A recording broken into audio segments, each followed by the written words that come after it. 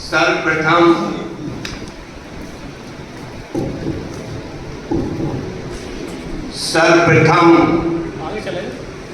संतों की संत शिरोमणि संत रविदास जी के चरणों में नमन करते हुए तथा सामाजिक समरसता एवं राजनीतिक समानता के प्रतीक बाबा साहेब डॉक्टर भीमराव अंबेडकर जी के चरणों में नमन करते हुए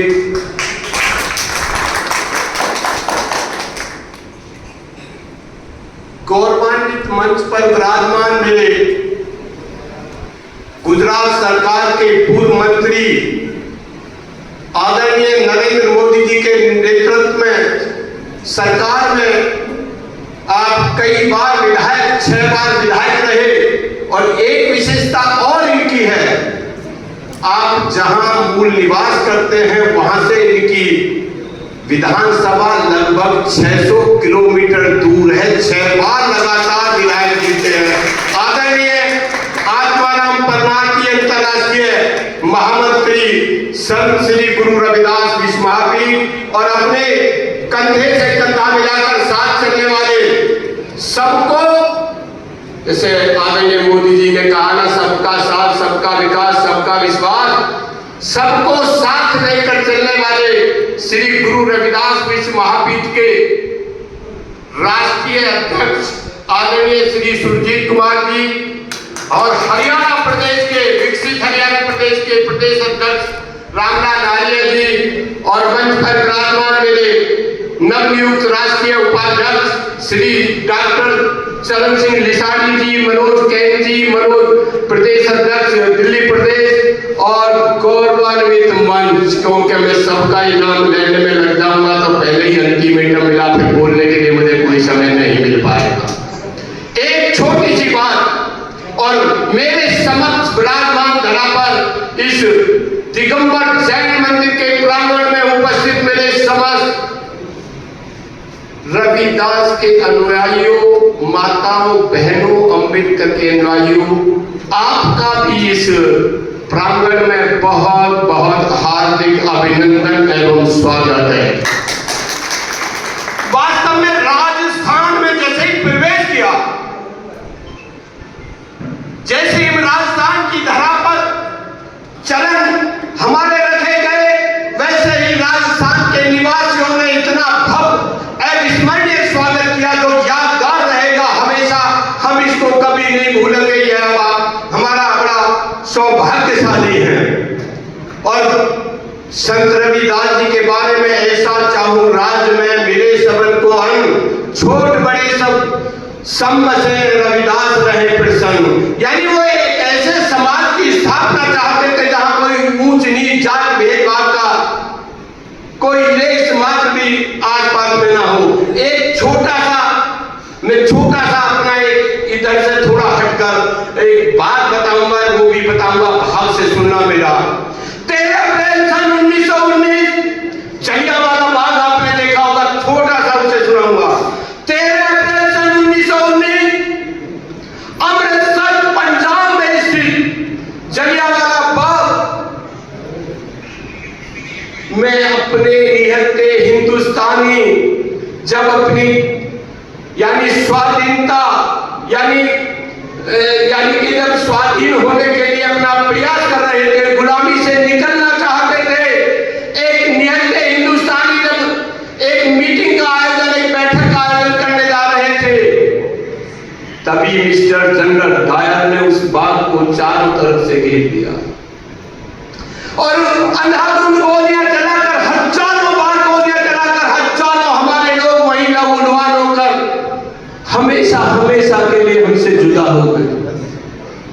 इतना ही नहीं, जब बेचारे हिंदुस्तानियों को जान बचाने के लिए कोई स्थान नहीं मिल पा रहा था, तो दोस्तों वहां एक कुआं था।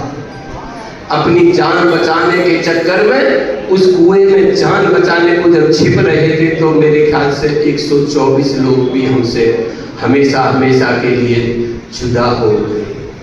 इस घटना को सुनाने का मेरा मतलब है, जो आप अभी आएंगे देश पर इस विभत्स घटना को एक बेचारा उधम सिंह नामक व्यक्ति, जो आपका लाल, आपका लाडला, आपका वीर, इस घटना को देख रहा था और उसने कहा, हे गोरे सास को ईंट का जवाब पत्थर से देकर लूंगा।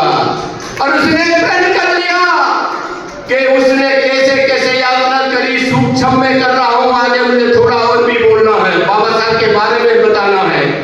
उसने प्रण किया कि मिस्टर जनरल डायर,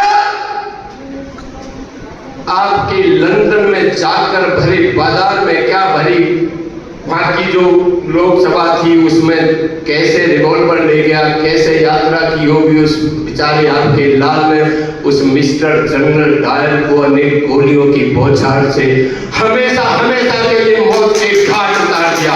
वो आपका ही लाल था, आपका ही पुत्र था, आपका ही वीर था, इसलिए मैं इस घटना को आपको सुना रहा हूं। और बाबा साहब का जीवन बड़े संघर्ष में व्यतीत हुआ।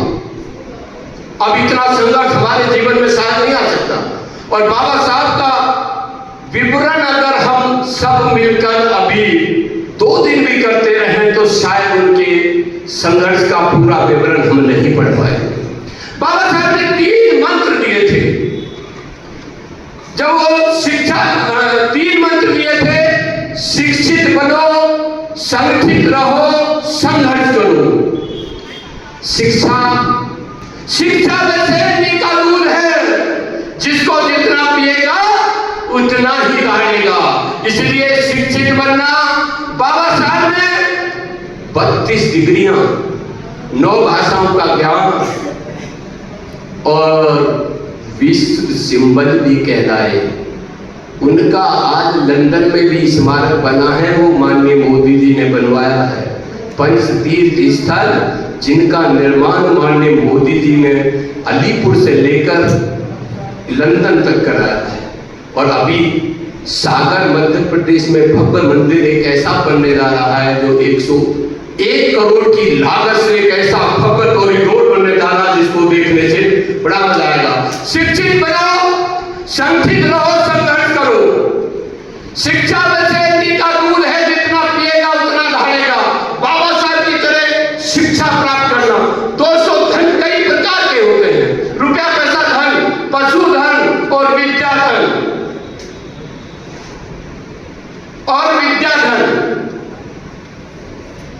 सारे धन चोरी हो सकते हैं, ये भी चोरी कर सकते हैं, मैं भी कर सकता हूं, भाई भाई में बंटवारा हो सकता है। लेकिन विद्याधन एक ऐसा धन है जिसको जितना ग्रहण करोगे उतना ही बढ़ेगा। ये कभी घटता नहीं है, इसको जितना बांटोगे उतना ही बढ़ता जाएगा। तो अधिक शिक्षा प्राप्त करना, कभी शिक्षा प्राप्त करने में कंजूसी मत करना। और संचालक महोदय से भी निवेदन है मेरा कि अच्छी बात बता रहा हूं, थोड़ी सी कंजूसी मत करना, थोड़ा सा समय दिए रखना। और संगठित बनो। संगठन में बड़ी ताकत होती है। आप संगठित होकर बैठे हैं तो बड़ी ताकत है, एकता में बड़ी ताकत है। जैसे मैंने एक उदाहरण दिया, एक अभी रास्ते में अंगूर वाला एक अंगूर उस पर ठेले पर बेच रहा था। कुछ खुले में अंगूर थे, कुछ बंधे में, गुच्छे में थे। मैंने पूछा क्या भाव है, तो उसने उत्तर दिया, खुले अंगूर बताए 100 रुपए किलो और बंधे गुच्छे वाले 200 रुपए किलो। मैंने पूछा भाई इतना अंतर क्यों? तो उसने कहा बाबूजी अंतर कुछ नहीं है, अंगूर तो खुले वाले भी वही है, बंधे गुच्छे में भी वही है, लेकिन ये संगठित नहीं ले पाए, इनकी कीमत 100 रुपए किलो आगे ले गई, और जो संगठित हो गए उनकी कीमत 200 रुपए किलो हो गई। इसलिए आप संगठित रहोगे, 200 रुपए किलो की कीमत दुगनी कराओगे ना। और ज्यादा बड़ा उदाहरण देखना हो तो झाड़ू स्वच्छता का प्रतीक कहलाती है, और लेकिन जब झाड़ू लगाते लगाते भी बिखर जाती है तो एक दिन वो भी डस्टबिन में डाली जाती है। और मधुमक्खियों को छेड़ के देख लेना, आपको संगठन के बारे में पता पड़ जाएगा। और संघर्ष करो, आपस में लड़ना मत, आपस में वाद विवाद मत करो। लड़ना भी पड़े तो संसद, विधानसभा, लोकसभा, राजकुमार जाटव जी की तरह विधानसभा के लिए लड़ना, संयोजक है जो कार्यक्रम उनकी तरह लड़ना। और अभी बहुत जल्दी कर रहे हैं, काफी कुछ है मेरे पास, लेकिन एक बात मैं कहूं, आपसे एक बात मैं कहूं कि एक छोटी सी भिक्षा मैं आपसे मांगूंगा। बोलो दोगे? हाथ तो उठे ही नहीं। एक छोटी सी भिक्षा मैं मांग रहा हूं आपसे। वो कोई धन दौलत नहीं, वो कोई धन दौलत नहीं मांग रहा। कहते हैं कि कहो उसी से जो कहेगा किसी से, और मांगो उसी से जो दे दे खुशी से। इसलिए मैं आपसे इसी भिक्षा मांग रहा हूं कि अगर इस कार्यक्रम में आपको कोई अच्छा वचन, गुरुजी का कोई वाणी अच्छी, बाबा साहब का कोई सूत्र अच्छा लगा हो तो उसको ग्रहण करके जाइए और अपने घर में और परिवार में उसका प्रचार अवश्य करिए। बाबा साहब का जीवन बड़े संघर्ष में था। कहते हैं कि जिंदगी जीना आसान नहीं होता, जिंदगी जीना आसान नहीं होता, और संघर्ष के बिना कोई महान नहीं होता। जिंदगी जीना आसान नहीं होता और संघर्ष के बिना कोई महान नहीं होता। और जब तक पड़ेगा तोड़े की चोट, तब तक पत्थर भी भगवान नहीं होता, पत्थर भी भगवान नहीं होता। यानी पत्थर में से भी भगवान को खोद खोद कर धीरे धीरे निकाला जाता है। यूं तो होते हैं सभी आदमी, पर है वही आदमी जो आदमी के काम आए आदमी, और जिसके चमन में आने से बाहर आए और चला भी जाए तो बाबा साहब की पद पर याद आए, याद आए, याद आए। ऐसे थे बाबा साहब, बड़े संघर्षशील थे। अब आगे कहने के लिए बहुत अधिकारों में सदुपयोग कर लिया, और आपने मुझे भिक्षा मैंने आपसे मांग ली, वो आपने ग्रहण कर लिया। लेकिन आप भी एक बहुत अच्छे कार्यक्रम में उपस्थित हुए हैं।